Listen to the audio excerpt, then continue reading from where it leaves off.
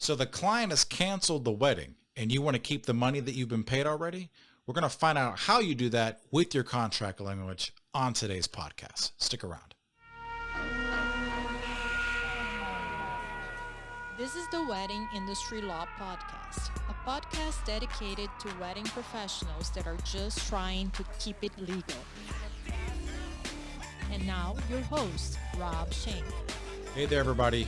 Welcome back to the podcast. My name is Rob, and I'm your host.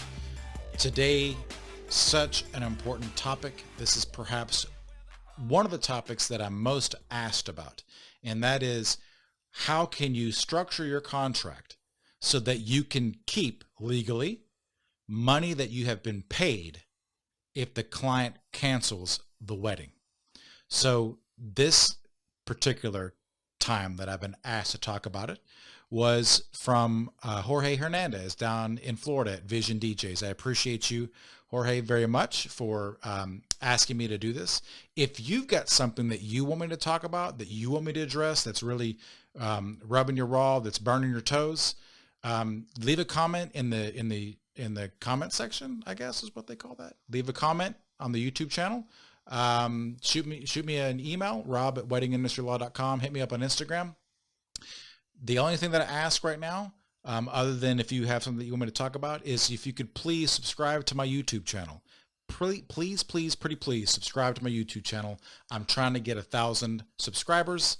I'm at like 100 and change. So we've got a long way to go. I would appreciate you if you're enjoying the content of this episode or this podcast. I would appreciate you subscribing to the YouTube channel. With that being said, let's get into it. Okay, so there's a term of art. There is a name under the law for money that stays with or is the vendor is entitled to if the client breaches the contract by not going forward with the wedding. There is a term for that, and that term is liquidated damages. Liquidated damages. Liquidated meaning a finite or set number, and damages being money. That's what the law refers to as money. A set or finite amount, a set amount of money that will be retained or is owed to the wedding professional if the client cancels the event for reasons under the client's control. Okay. Typically what you're going to see, like 95% of the time, the liquidated damages clause in most of your contracts is going to take the form of a non-refundable deposit, non-refundable retainer, some type of payment that you hang on to if the client cancels. That's pretty much almost everybody. Money in hand. It's essentially money in hand that you keep. The remainder are contracts in which there might be money in hand, but there could also be a certain percentage of the contract value that goes to you that the client would actually have to come to your office and give to you. So for example, it might be like, okay, well, if you cancel the event, you're going to owe me 60% of the contract value, but that whatever portion of that 60% is not a part of that first non-refundable payment. So there's money floating out there that's liquidated damages that's not money in your hand. So again, liquidated damages is usually going to take two forms. It's going to be money that's either in your hand or not in your hand. So just remember that. So either way, it's liquidated damages. It's you and the client agreeing that you're not going to go through the rigmarole. You're not going to go through the bullcrap process of you as the wedding professional having to sue the client if the client cancels. You are both agreeing ahead of time in the contract that you will be made whole by keeping that money. Okay. So again, remember, this is typically not a force majeure type situation.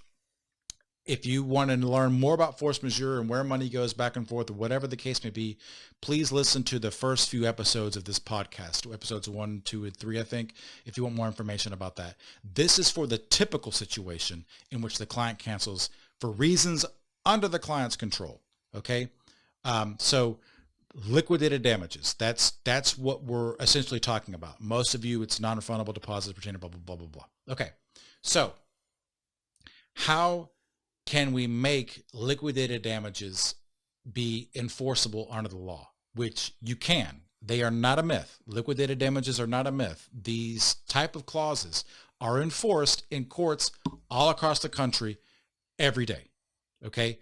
So what do you need to have in your contract, in your liquidated damages clause provision, in your non-refundable deposit place in your contract?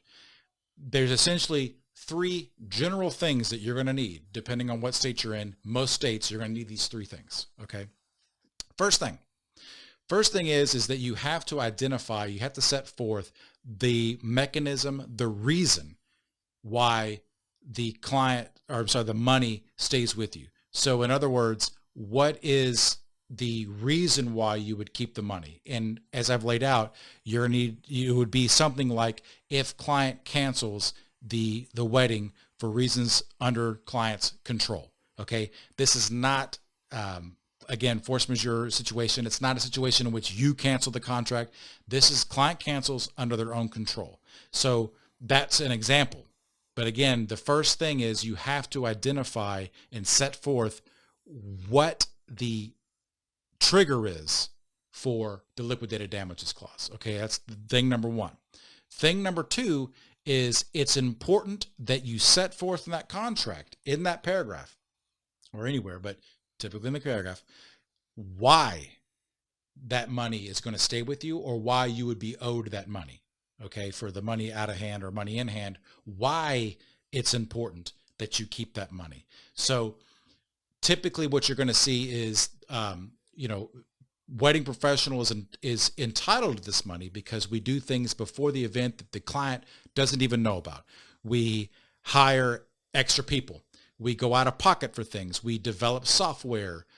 These are things particular to this client that the client doesn't know about. It is not simply a matter of a deposit for the purposes of reserving a date. That is obsolete language. You want to make sure that it's not just reserving the date, but you're doing other things behind the scenes, going out of pocket for things, foregoing other opportunities. In other words, Kate Middleton might call you to do her wedding, but you're not going to because you're committed to this client and you've lost that opportunity. These are the things that would be difficult to prove if you had to sue the client for breach of contract. And again, or maybe not again, I don't know if I mentioned this. If you want to learn about that, as in the last episode, breach of contract, what you can expect from it. But anyway, rather than have to do that and prove about business opportunities lost, out-of-pocket stuff, explain why that money is going to you. And then finally, you want to make sure that the contract says that the client and the party, or the parties, the client and the vendor, it doesn't matter, are agreeing that this is going to be a reasonable approximation of your damages if you did have to go forward and sue them for breach of contract and try to get expectation damages. And if you're scratching your head about what expectation damages are and breach of contract lawsuits, listen to the last episode. It will inform you in this episode.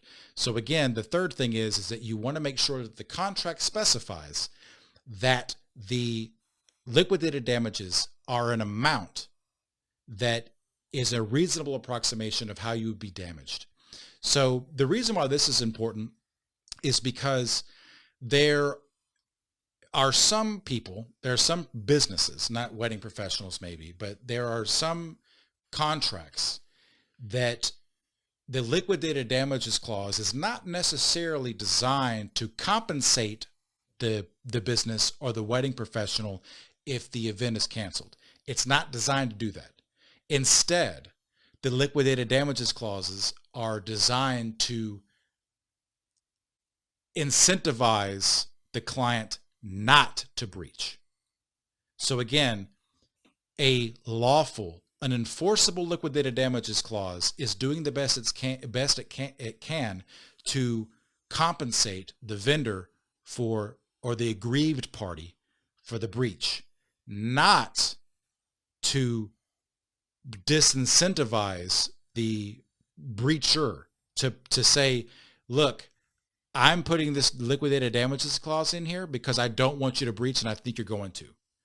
So an example of that would be, instead of a liquidated damages clause in which the wedding professional retains 25% of the contract value, or something like that, 50%, doesn't matter. Instead, it would be something along the lines of, wedding vendor will be owed 50% of the contract value every day that the client breaches. Okay. So in other words, your liquidated damages clause must be reasonable, and the client must agree that it's a reasonable approximation of your expectation damages if you went forward with a breach of contract. It cannot be a punishment, and it cannot be something that is simply to deter the person from breaching. I hope that makes sense. So like, it can't be something like, you're going to owe me $1,000 a day every day that the wedding is postponed.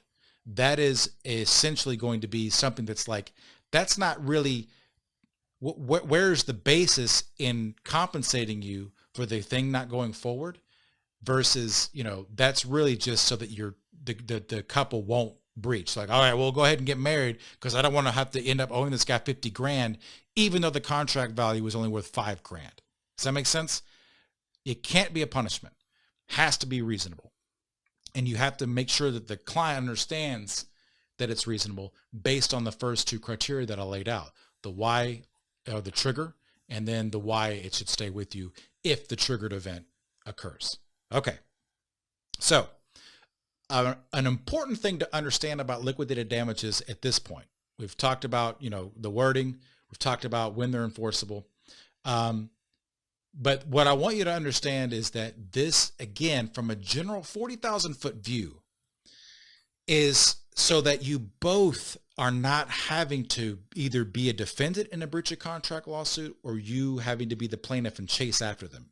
This is essentially what it comes down to. And because of that, because you're agreeing that amount of money that you're going to hold on to, or that you should be owed if the client cancels, that will be all you're owed. You will typically not be allowed to retain that money in by liquidated damages and then sue for the remainder of the contract value. Typically, that will not be allowed. If you want that money to truly be non-refundable, typically in most jurisdictions, to keep it to make it non-refundable, you would not be able to sue them to get the rest. Otherwise, it defeats the purpose of having it, because you can just go to trial and prove it. Go prove your damages at trial. This is saying we don't want to have to do that crap. And if we did, it would be difficult to do. So that's why we're saying I get to keep this money, or this is the money that I would be owed, and you don't get any more. You don't get two bites at the apple, essentially. If it's a typical liquidated damages clause, depending on what jurisdiction you're in. Okay, so earlier and through this episode, I'm mentioning that there are liquidated damages clauses in which essentially you've got money in hand.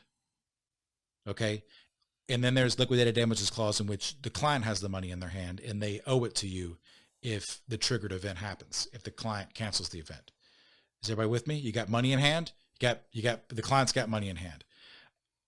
It is recommended as a good business practice that your liquidated damages clause be structured in such a way that you are keeping money that you already have if the event is canceled, if the triggered action happens, versus you being owed money if the triggered event happens. Does that make sense?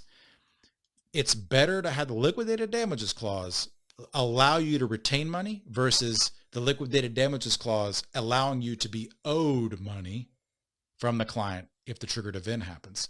And the reason is simple.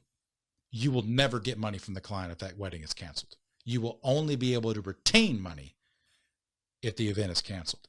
It is next to impossible to sue a client, successfully argue your expectation damages, get a judge to award you the judgment that you are owed, and then collect on it. And again, I went over this last episode of how hard that is to do. So you're essentially your only shot at being made close to whole if that event is canceled for reasons under the client's control, is going to be through the vessel that is the liquidated damages clause. So if that's going to be the only way you're going to be able to get money, because you're not going to be able to shake a tree or get blood from a turnip, you're not going to be able to sue them and get money, then it's better to make your liquidated damages clause in such a way that it is a matter of retaining money. Now, what's the best way to retain money? Is to get the money. It's to get the money.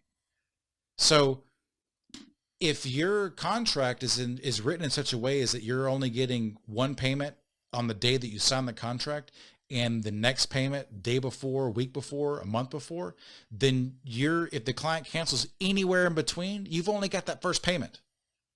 So it is perfectly acceptable to make your liquidated damages clause a series of payments made throughout the duration of the contract that are non-refundable, not just the first one.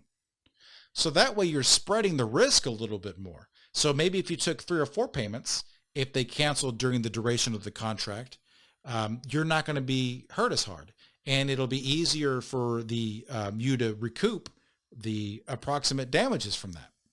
So again, since you can't chase people down for money, it's typically not going to work out for you. That's going to be the best way to retain money and make lemonade out of lemons if the client cancels. Does that make sense? So we can talk about in a future episode strategies for making those series of payments non-refundable. Like Rob, how do I structure it? Is it like 10% the first payment, 80% the first payment, and then 10% or 80, whatever it is? Like how do I divide that up? And there's ways that you can do that that will depend on your risk during the duration of the contract. So we could talk about that later. I don't want to get into all that. I think if your eyes are not glazing over yet, they would if we start talking about that. We go down that road. But that's the main takeaway, is that liquidated damages clause are your chief principal way for you to stay out of the court and retain as much money as you could if the client cancels the event. And that there are ways in which you can structure your liquidated damages clause to do it even better. So to accept money and not have to chase it. Because like I said, even though you might be owed that liquidated damages clause, if your liquidated damages clause is out of hand money that the client has, good luck. Good luck. Because they are not incentivized to give that to you. Okay? So, and I don't want to, beat a dead horse. But that is liquidated damages in a nutshell. And again, this topic was suggested by Jorge Hernandez from Vision DJs down in Florida. Great dude. If you have something that you want covered, let me know. Leave a comment in the comment section of the YouTube channel, or hit me up on Instagram. Shoot me an email.